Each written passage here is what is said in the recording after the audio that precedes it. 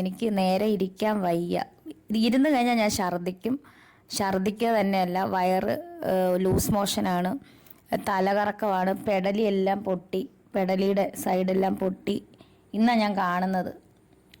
തൊണ്ടയുടെ ഇവിടെ പൊട്ടി. അങ്ങനെ കുറച്ച് പ്രശ്നങ്ങളാണ്. അതുപോലെ ഇന്നിപ്പം എന്താണ്ടേ നിങ്ങളോർക്ക് ഒരുങ്ങിയിരിക്കുന്നതന്നെയാണ് ഇത്. ഈ പിക്ക് ലൈന് ഒന്ന് ജസ്റ്റ് ഒന്ന് ബ്ലീഡിങ് ആയി, അത് ചെറുതായിട്ട്.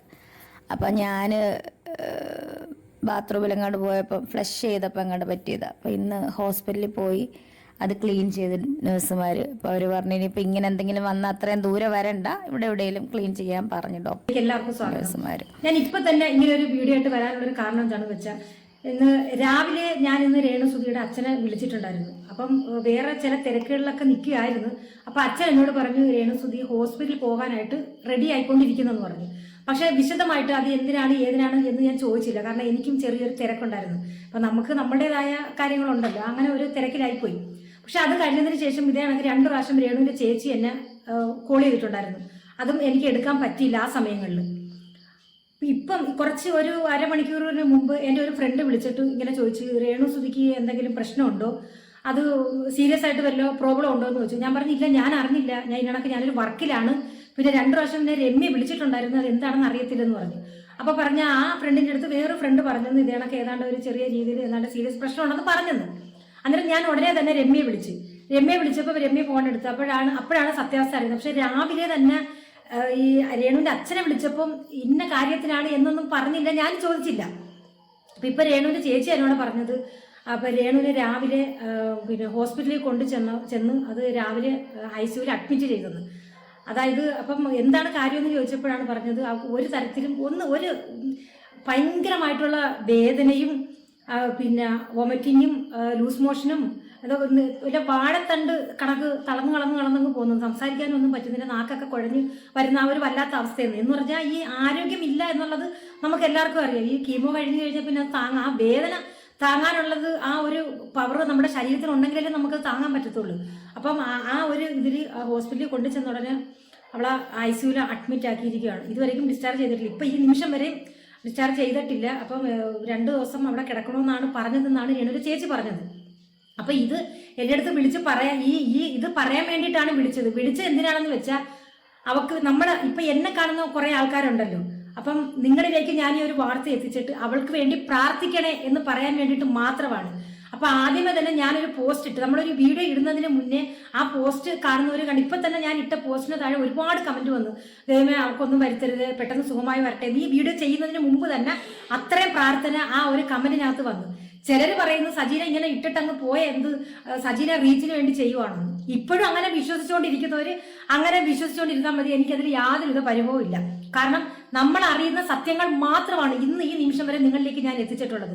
ഒരു സംഗതി പോലും ഞാനൊരു ഇമാജിനേഷൻ ചെയ്ത് ഞാൻ ഒരു വീഡിയോ പോലും ഇന്ന് വരെ ഇട്ടിട്ടില്ല.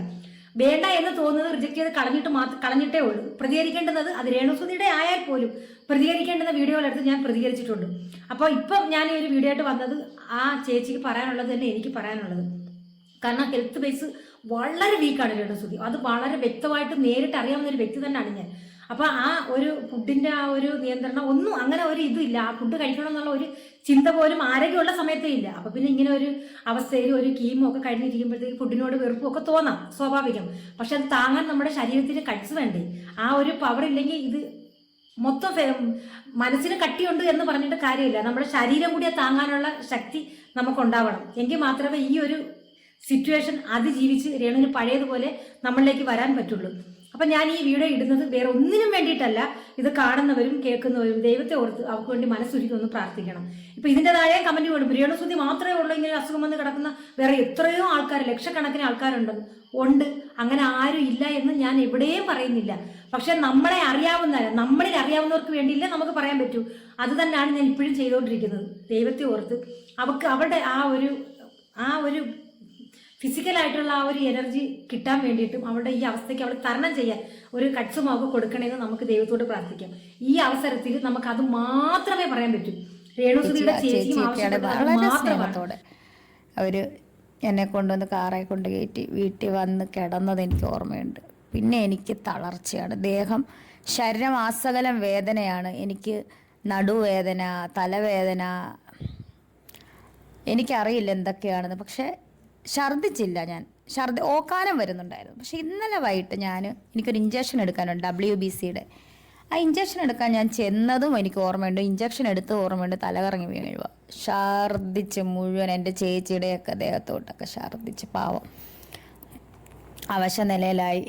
എന്നിട്ട് കൈ കൂടെ ഇത് എന്തുവാ ഗ്ലൂക്കോസ് കുത്തി വീട്ടിൽ വന്നാൽ ഉറങ്ങാൻ പറ്റുന്നില്ല.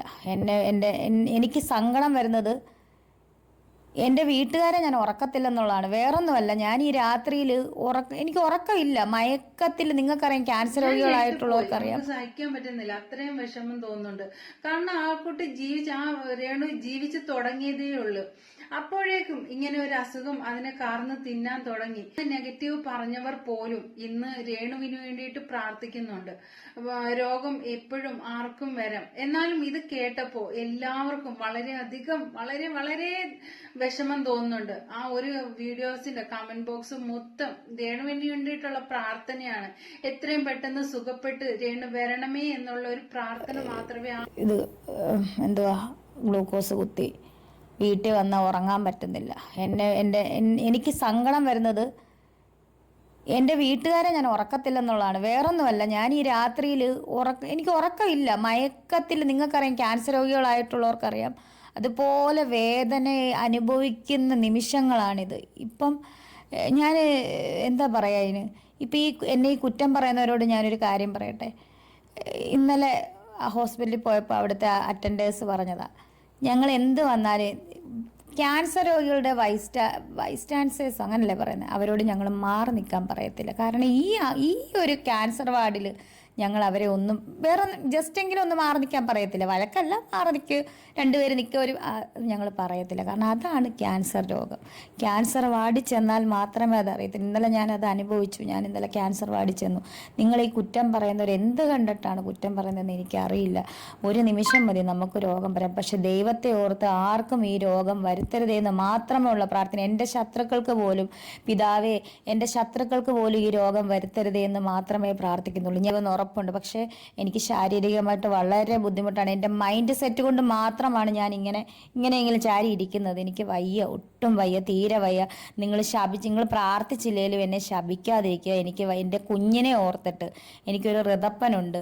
ആ കുഞ്ഞ് ഒരാഴ്ചയായിട്ട് അത് ഒന്ന് ചിരിച്ചിട്ടില്ല, ചിരിച്ചു കാണുന്നില്ല അതിൻ്റെ മുഖം. അതിനെ ഓർത്ത് ഞാൻ ഓരോ നിമിഷവും ദുഃഖിക്കുവാണ്. നിങ്ങൾക്കറിയാലോ, നിങ്ങളോട് എന്ത് പറഞ്ഞാലാണ് എനിക്കറിയില്ല. ഞാൻ എന്ത് ദ്രോഹം ചെയ്തിട്ടാണെന്ന് അറിയത്തില്ല.